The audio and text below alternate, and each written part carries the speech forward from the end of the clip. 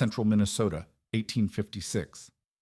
Snow crunched underfoot as neighbors gathered to watch Johann Meyer build the strangest homestead they'd ever seen, a stone barn with a log cabin sitting right on top. Wind cut across the prairie, but Johann kept working, stacking timber beams over his 12-foot-tall stone foundation where 10 cows and horses would live below his family.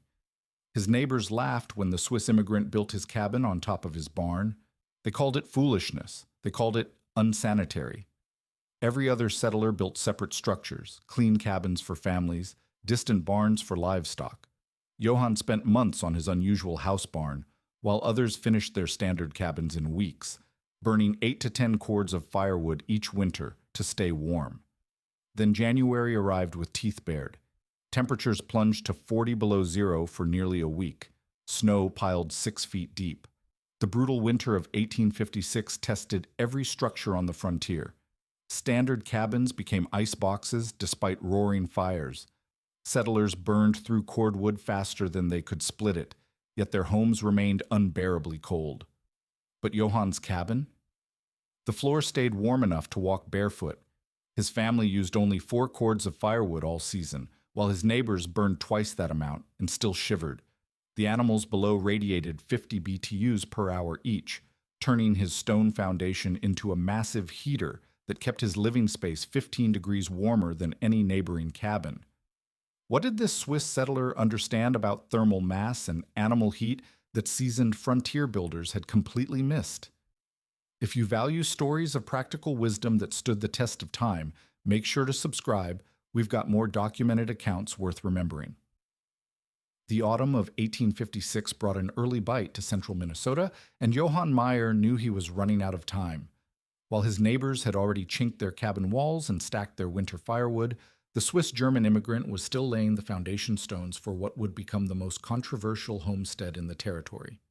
Each morning, frost silvered the prairie grass, and each evening Johann could see his breath as he worked by lantern light, fitting granite field stones into place with the methodical precision his father had taught him in the Alps. The other settlers thought he had lost his mind. Carl Larson, whose own cabin sat on a modest rise a quarter-mile east, would ride over some evenings just to shake his head at the spectacle.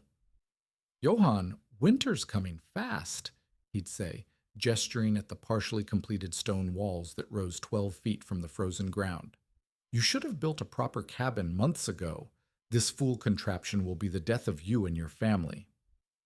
But Johann had grown up in a house barn in the canton of Bern, where his grandfather's cattle had warmed the family through alpine winters that made Minnesota cold, seem mild. He remembered the thick stone walls of that ancient structure, how the animal's breath would fog in the morning air, while the family quarters above remained warm enough that his mother could churn butter without her hands going numb. The design had worked for centuries in Switzerland, and Johann was betting his family's survival that it would work here too. The foundation consumed nearly 3 months of backbreaking labor. Johann quarried granite from a nearby outcrop, hauling each stone by ox cart and fitting them together with mortar made from lime he burned himself. The walls needed to be thick enough to support not just the weight of the cabin above, but also the thermal mass required to store and slowly release the heat generated by livestock. While his neighbors built their cabins with simple wooden foundations or fieldstone piers, Johann created what amounted to a stone castle basement, with walls 18 inches thick and carefully planned ventilation openings. Tom Wagner, another neighbor who had claimed land to the south, would often stop his wagon to watch Johann work. "That's enough stone for 3 cabins," he'd comment, not unkindly, but with the bewilderment of someone who couldn't fathom why any man would make such extra work for himself. "And you're putting your animals right underneath where you'll eat and sleep? That's not Christian, Johann. That's not how civilized folks live." The criticism stung, but Johann had heard worse during his first years in America. He had learned to keep his own counsel about the old ways, the methods that had sustained his people through winters that lasted from October to May. These American and Scandinavian settlers, for all their pioneer spirit, seemed to have forgotten that humans and animals had been sharing shelter for thousands of years. They built as if fuel were endless, as if the forest would provide unlimited cordwood forever. By late September, when most homesteaders were already burning their first fires of the season, Johann was finally ready to raise the cabin portion of his structure. He had selected and seasoned the timber himself, thick pine logs that would rest on massive oak beams spanning the stone walls below. The cabin would measure 20 by 30 feet, with a low profile to conserve heat and thick walls to provide insulation. Unlike his neighbors' cabins, which featured large windows and high ceilings, Johann's design prioritized thermal efficiency over aesthetics. The barn raising brought nearly every settler family within 10 miles, not out of neighborly support so much as curiosity about the strange Swiss immigrants' even stranger building project. Elsbeth Meyer served coffee and strudel while the men worked, but she could hear the whispered comments. "Unnatural," she heard one woman say. "Living above animals like that. What will they think of next?" As the walls rose, Johann carefully positioned ventilation gaps that would allow warm air to rise from the livestock area below while preventing direct drafts. He installed a central stone chimney that would draw fresh air through the animal quarters, warming it before it entered the family's living space. The floorboards were thick pine planks with small gaps between them, not sloppy workmanship, but intentional design to allow radiant heat from below to warm the cabin floors. The roof presented another departure from local custom. Instead of the steep pitched roofs favored by his Scandinavian neighbors, Johann built a lower profile with deeper eaves, reducing the volume of space that would need heating. He used hand-split cedar shingles over thick pine sheathing, creating multiple layers of insulation. The entire structure, when complete, looked like nothing so much as a traditional cabin that had somehow grown up out of a stone foundation 3 times taller than necessary. By October, with the first hard frost already blackening the garden vegetables, Johann was moving his livestock into their winter quarters. 10 head of cattle and horses would spend the cold months in the stone-walled basement, bedded on thick layers of straw that would be replaced regularly throughout the winter. The animals' combined body heat, roughly 500 BTUs per hour on the coldest days, would rise through the floorboards to warm the living space above. His neighbors watched this final preparation with a mixture of fascination and horror.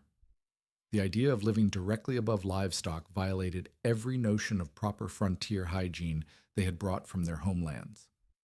"Mark my words," Carl Larson told anyone who would listen, "that family will be sick all winter from the stench and filth, and when the real cold comes, they'll freeze just like the rest of us, except they'll have to listen to their cows bawling while they shiver."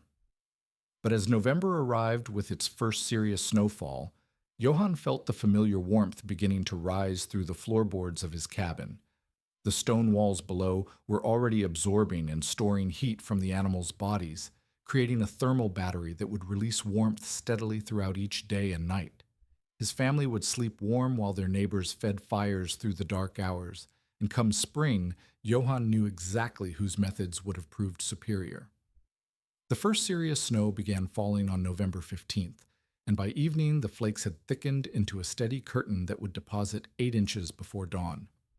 Johann Meyer stood at his cabin window, watching his neighbors across the prairie struggle to secure their livestock and haul extra firewood close to their doors. The lamplight from Carl Larson's cabin flickered as Carl made trip after trip from his woodshed, arms loaded with split oak and maple. Tom Wagner's chimney was already sending up a thick column of smoke that spoke of a fire stoked high against the coming cold. Johann felt the warmth rising through the pine floorboards beneath his feet. Below, his 10 head of cattle and horses had settled into their winter routine, their collective body heat beginning the slow process that would keep his family comfortable through the months ahead. Each animal generated approximately 50 BTUs per hour, a modest furnace in biological form. The thick stone walls absorbed this heat during the day and released it gradually through the night, creating a thermal mass that would moderate temperature swings far better than any wood stove could manage. Elspeth moved about the cabin, preparing their evening meal on a cooking fire that seemed almost modest compared to the roaring blazes she could see through her neighbors' windows. "They burn so much wood," she observed, not critically but with the practical assessment of someone who had learned to measure resources carefully. "Carl must have cut 20 cords for this winter alone." Johann nodded, remembering his own calculations. He had prepared only 6 cords of firewood for the entire season, and much of that would be used for cooking rather than heating. The animals below would provide the bulk of their warmth, just as they had in his grandfather's house barn. The old man had once told him that a cow was worth 2 stoves and ate nothing but grass and hay. It was wisdom that seemed to have been forgotten in this new country, where timber was still plentiful, and settlers had not yet learned the hard mathematics of resource scarcity. As December deepened, the differences between Johann's approach and his neighbors became more pronounced. The Larson cabin required constant attention. Carl could be seen at all hours splitting kindling, banking fires, adjusting dampers, and clearing ash from his stove. The man seemed to sleep in shifts, rising every few hours to feed wood to the flames that kept his family from freezing. His wife Martha complained to Elsbeth at the weekly church gathering that her hands were cracked and bleeding from handling so much firewood, and that their cabin was either stifling hot near the stove or numbingly cold in the corners. Tom Wagner faced similar challenges. His smaller cabin heated more easily, but also lost heat faster, requiring him to burn through nearly a cord of wood every 2 weeks just to maintain basic comfort. His children huddled close to the stove during the day and slept under piles of quilts and buffalo robes at night. The family's morning routine involved a race to dress and gather around the kitchen fire before the overnight chill could penetrate their bones. Johann's routine was markedly different. Each morning, he would descend to the livestock area to check on the animals and replace their bedding straw. The basement remained remarkably warm, rarely dropping below 40 degrees even on the coldest nights. The animals' breath created a humid microclimate that prevented the bitter dryness that plagued heated cabins, and their movement and digestion provided a steady source of thermal energy that required no human intervention. The warm air rose naturally through the gaps between the floorboards, heating the cabin's main level to a comfortable 65 degrees during the day and rarely allowing it to drop below 55 at night. The stone walls stored heat during the warmer daylight hours and released it slowly after dark, creating an even temperature that eliminated the wild swings between scorching and freezing that characterized his neighbors' homes. By Christmas, the disparity had become impossible to ignore. Carl Larson had already burned through 12 cords of his 20-cord supply, and the constant stoking was taking its toll on his health. He had developed a persistent cough from the smoke and ash, and his sleep-deprived state made him irritable and prone to mistakes. During one particularly cold snap in early January, when temperatures dropped to 25 below zero for 3 consecutive nights, Carl was forced to keep his fire burning so hot that his cabin's chinking began to smoke and crack. Tom Wagner was faring little better. The smaller size of his cabin meant he could heat it more easily, but it also meant less thermal mass to moderate temperature swings. His family spent their days clustered around the stove and their nights listening to the wind howl through gaps in the walls that seemed to appear faster than he could seal them. The constant wood burning had created a thick layer of creosote in his chimney that threatened to ignite, forcing him to climb onto his roof during a blizzard to clear the dangerous buildup. Meanwhile, Johann's family maintained their quiet comfort. The children played on floors warm enough for bare feet, and Elsbeth could work at her spinning wheel without gloves, even on the coldest days. The cabin's air remained fresh and humid, warmed by the animals' breath and free of the acrid smoke that plagued wood-heated homes. Johann still lit his cooking fire twice daily and occasionally added a log to the small heating stove for extra warmth during the worst weather, but his overall wood consumption remained a fraction of his neighbors'. The social cost of this efficiency was becoming apparent. At church gatherings, Johann noticed how conversations would pause when he approached, how other settlers would exchange glances that spoke of suspicion and resentment. His success was making their struggles seem somehow more acute, his comfort highlighting their discomfort in ways that bred quiet hostility. Carl had begun making pointed comments about foreign ways and unnatural living conditions, though he had never actually set foot inside Johann's cabin to see how those conditions actually felt. The mockery was wearing on Elsbeth, who had to endure the whispered comments of the other women. They questioned everything from her family's hygiene to their moral character, as if living above livestock somehow degraded their humanity. But as January deepened and the cold showed no signs of relenting, some of Those same women began asking careful questions about how warm Johann's cabin really was, how much wood he really used, and whether the smell was really as bad as everyone assumed. The blizzard struck without warning on January 23, 1857, arriving with a ferocity that caught even experienced frontier settlers off guard. Johann Meyer woke before dawn to the sound of wind that seemed to shake the very stones of his foundation, a howling that spoke of the kind of storm that could reshape the landscape and test every structure built by human hands. Through his small window, he could see nothing but a wall of white snow driving horizontally across the prairie with such violence that it was impossible to distinguish earth from sky. The temperature had already dropped to 30 below zero when the storm began, and by mid-morning it would reach 40 below, with wind gusts that made the air feel like liquid ice against exposed skin. This was the kind of cold that killed livestock in their stalls and turned poorly heated cabins into death traps for families who had miscalculated their fuel supplies or trusted too heavily in the mercy of a Minnesota winter. Carl Larsen's cabin, visible from Johann's window during clear weather, had completely disappeared behind the curtain of driven snow. But even through the storm's roar, Johann could make out the desperate glow of firelight through what must have been every window in the Larsen home. Carl was clearly burning everything combustible he could lay hands on, feeding his stove and fireplace in a frantic attempt to keep his family from freezing. The smoke from his chimney was being torn away by the wind before it could rise more than a few feet, creating a gray smudge that spoke of fires burning far hotter than was safe or efficient. Johann descended to check on his animals and found them remarkably calm despite the storm raging above. The stone walls of their shelter absorbed the sound of the wind, creating an almost cathedral-like quiet, broken only by the gentle sounds of animals shifting in their straw bedding. The air temperature in the livestock area held steady at 42 degrees, warmed by the collective body heat of the cattle and horses and retained by the thermal mass of the stone walls. The animals' breathing created a humid atmosphere that felt almost tropical compared to the bone-dry cold above ground. When Johann returned to the cabin proper, he found his family gathered around their modest cooking fire, comfortable in clothing that would have been inadequate in any of the neighboring homes. The floorboards beneath their feet radiated warmth that rose from below, and the cabin's interior temperature held steady near 60 degrees despite the Arctic fury outside. Elspeth was able to continue her needlework by lamplight, her fingers nimble and warm, while their children played quietly on floors that remained comfortable to bare skin. The storm raged for 3 days and nights, depositing snow in drifts that reached the eaves of single-story buildings and creating a landscape that looked more like the polar regions than the American frontier. During those 72 hours, Johann burned less than half a cord of wood, using his stove primarily for cooking and only occasionally adding fuel for supplemental heat during the coldest hours before dawn. His chimney sent up thin wisps of smoke that spoke of fires carefully managed rather than desperately stoked. The contrast with his neighbors' situations was becoming stark.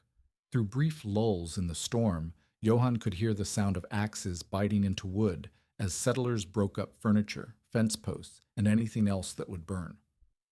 The Wagner cabin's chimney glowed cherry red on the second night, visible even through the driving snow, indicating that Tom was pushing his stove beyond safe limits in his desperate attempt to generate enough heat to keep his family alive.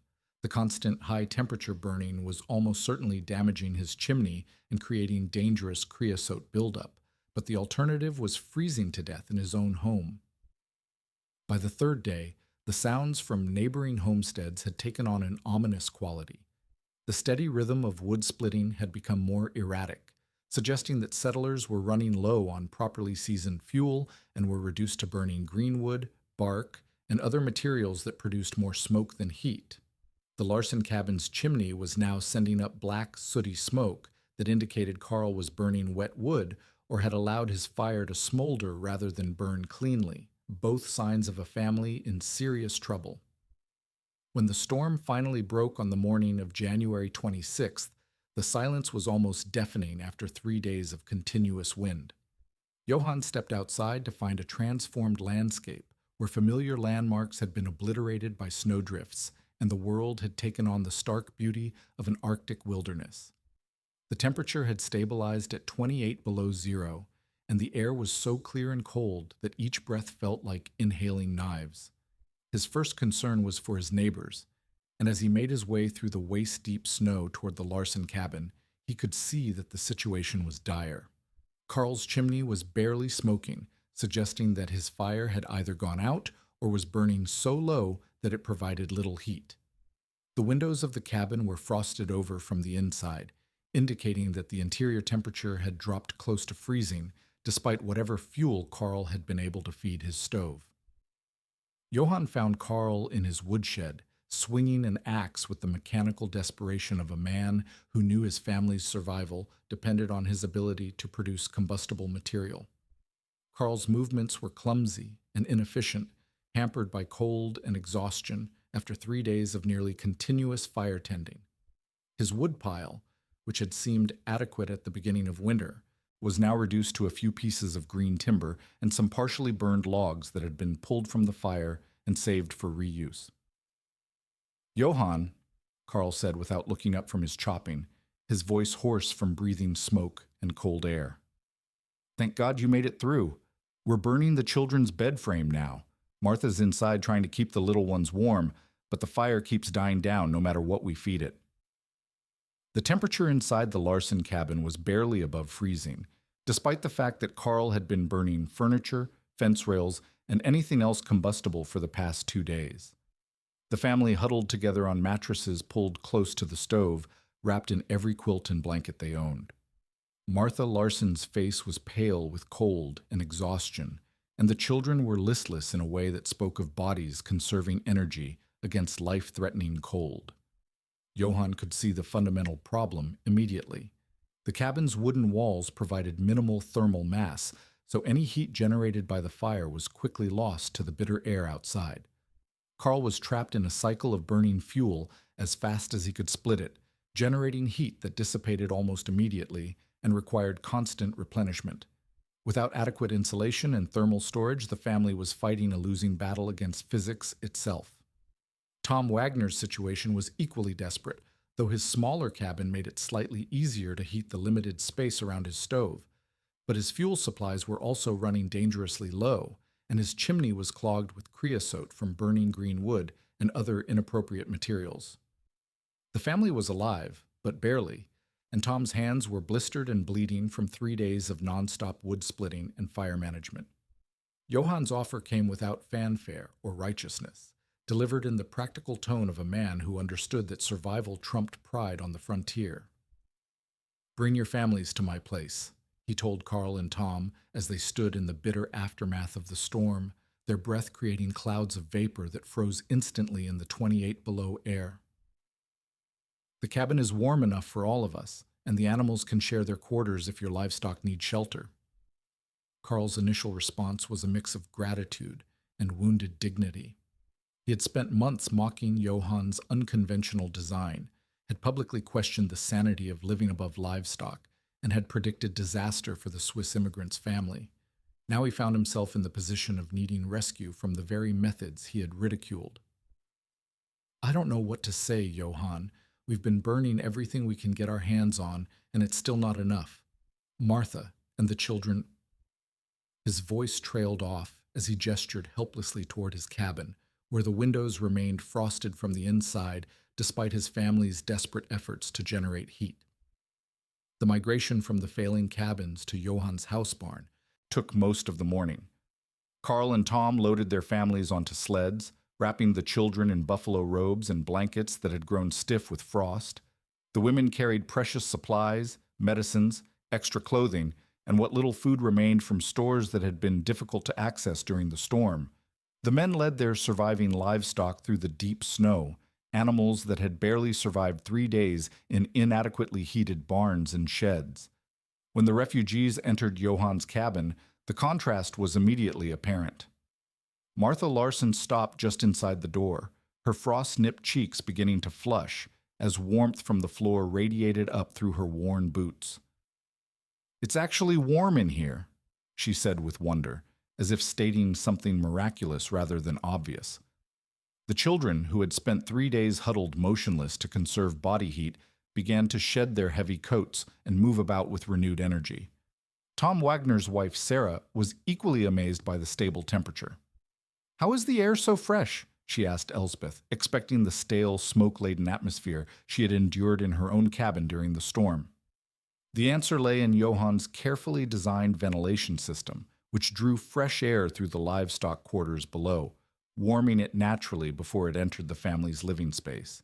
The animals' respiration provided humidity that prevented the bone-dry conditions common in overheated cabins, while their body heat eliminated the need for the constant, inefficient wood burning that filled most frontier homes with smoke and ash. The logistics of housing 3 families in a 20 by 30-foot cabin required careful organization, but the space proved adequate for the temporary arrangement. The children shared sleeping areas near the warmest spots, while the adults arranged themselves around the cabin's perimeter. Johann's modest cooking fire provided all the heat needed for food preparation, while the radiant warmth from below maintained comfortable conditions throughout the living space. During their first evening together, Carl experienced firsthand the efficiency of Johann's heating system. "I keep expecting to get cold," he admitted to Johann as they sat talking after the children had gone to sleep. "In my cabin, you could feel the temperature dropping the moment the fire started to die down. Here, it's like the warmth just stays." Johann explained the thermal mass principle that his grandfather had taught him, how the thick stone walls absorbed heat during the day and released it slowly through the night, creating a thermal battery that moderated temperature swings without requiring constant fuel input. Tom was fascinated by the livestock integration that had seemed so primitive just weeks earlier. A visit to the lower level revealed animals that were not only comfortable, but actively contributing to the family's welfare. "They're not just warm," Tom observed, watching the cattle chew their hay contentedly in the stone-walled space. "They're warming us, and the air down here doesn't smell bad at all." The thick bedding of straw was changed regularly, and the stone walls absorbed and dissipated odors while the natural airflow prevented the stagnant conditions that had characterized his own livestock arrangements. The 3-day cohabitation became an extended lesson in thermal efficiency and resource management. Johann demonstrated how he maintained consistent temperatures while using a fraction of the fuel his neighbors required. His secret lay not in any single innovation, but in the integration of multiple principles: thermal mass for heat storage, livestock body heat for baseline warming, natural ventilation for air quality, and careful building orientation to minimize heat loss while maximizing solar gain during the day.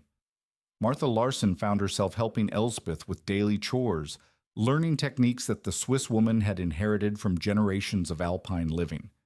The management of the livestock quarters required daily attention, but not the desperate round-the-clock fuel gathering that had exhausted Martha during the storm.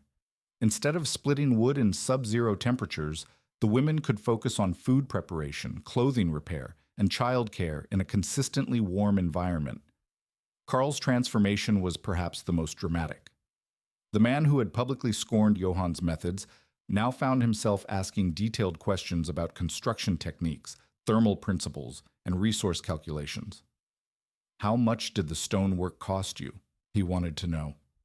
"How long does it take to build something like this? Could a man modify an existing cabin to use these principles?" The questions came not from casual curiosity, but from the desperation of someone who had nearly lost his family to inadequate shelter. Tom's inquiries focused on the practical aspects of livestock integration. He had assumed that housing animals below living quarters would create unbearable odors, pest problems, and health risks. Instead, he found that Johann's system actually improved air quality while providing reliable heat. "The animals are healthier too," Tom observed. "My cattle lost weight during the storm because their barn was so cold they had to burn calories just staying alive. These animals look like they're gaining weight." By the time the families were ready to return to their own homesteads, the mockery and skepticism that had characterized their earlier attitudes toward Johann's methods had been replaced by genuine respect and a desire to learn.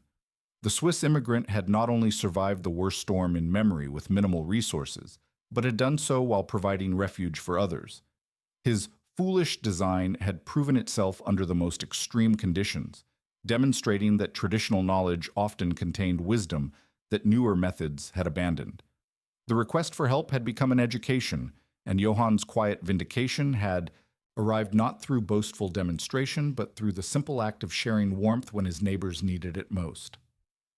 The spring of 1857 brought more than just melting snow and prairie wildflowers to central Minnesota.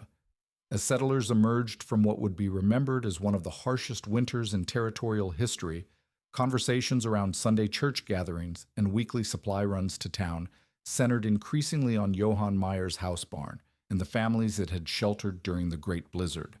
Word spread beyond the immediate community, carried by travelers and correspondents to relatives back east, that a Swiss immigrant had developed a heating system so efficient it used half the fuel of conventional cabins while maintaining superior comfort. Carl Larsen became Johann's most unlikely advocate, transformed from skeptic to missionary for the house barn concept. By April, he had already begun planning modifications to his own homestead, sketching designs that would incorporate livestock quarters beneath an expanded cabin. "I burned 18 cords of wood last winter and nearly froze to death anyway," he told anyone who would listen. "Johann used 4 cords and kept 3 families warm. You can call it foreign or unnatural if you want, but you can't call it inefficient." The technical details of Johann's construction became the subject of intense scrutiny and discussion among settlers planning new buildings or major renovations. The 12-foot stone foundation walls, initially viewed as excessive and wasteful, were now understood as essential thermal mass for storing and releasing heat. The 18-inch wall thickness, once mocked as Germanic over-engineering, proved necessary for supporting the structural loads while providing adequate insulation. Even the modest height of the cabin portion, originally criticized as cramped and undignified, was recognized as crucial for minimizing the volume of space requiring heat. Tom Wagner spent much of the spring documenting Johann's building techniques, creating detailed sketches and measurements that he shared freely with other settlers. His notes captured not just the obvious features like stone wall thickness and beam placement, but also the subtleties that made the system work. The careful positioning of ventilation gaps between floorboards, the strategic placement of the central chimney to maximize heat distribution, and the specific angles and orientations that took advantage of prevailing winds and solar exposure. The livestock integration that had once seemed so problematic was now understood as the key innovation that made everything else possible. Settlers learned that the animals required specific types of bedding changed at precise intervals, that the stone floors needed proper drainage systems, and that ventilation had to be balanced to provide fresh air without creating drafts that would rob heat from the system. The biology of heat generation became a practical science, with farmers calculating the BTU output of different animals and planning their livestock numbers to match their heating needs. By summer, 3 new homesteads in the area were under construction using variations of Johann's design. The Olsen family, Norwegian immigrants who had arrived too late to build adequate shelter before the previous winter, invested in a stone foundation similar to Johann's, but adapted for their smaller family size. Their design called for a 10-foot foundation height with room for 6 cattle, calculated to provide adequate heat for a 16 by 24-foot cabin above. The practical advantages extended beyond winter heating. Settlers discovered that the thermal mass of the stone foundations helped moderate summer temperatures as well, keeping the cabins cooler during hot weather when conventional wooden structures became unbearable. The humidity provided by the animals' respiration created more comfortable conditions year-round, eliminating the dry air that plagued heated cabins in winter and providing natural air conditioning during the summer months.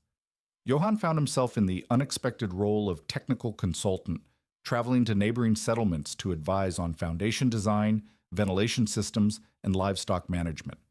His reputation spread along the network of immigrant communities, particularly among German and Swiss settlers who remembered similar building traditions from their homelands. Letters arrived from as far away as Wisconsin and Iowa requesting detailed information about construction techniques and material specifications.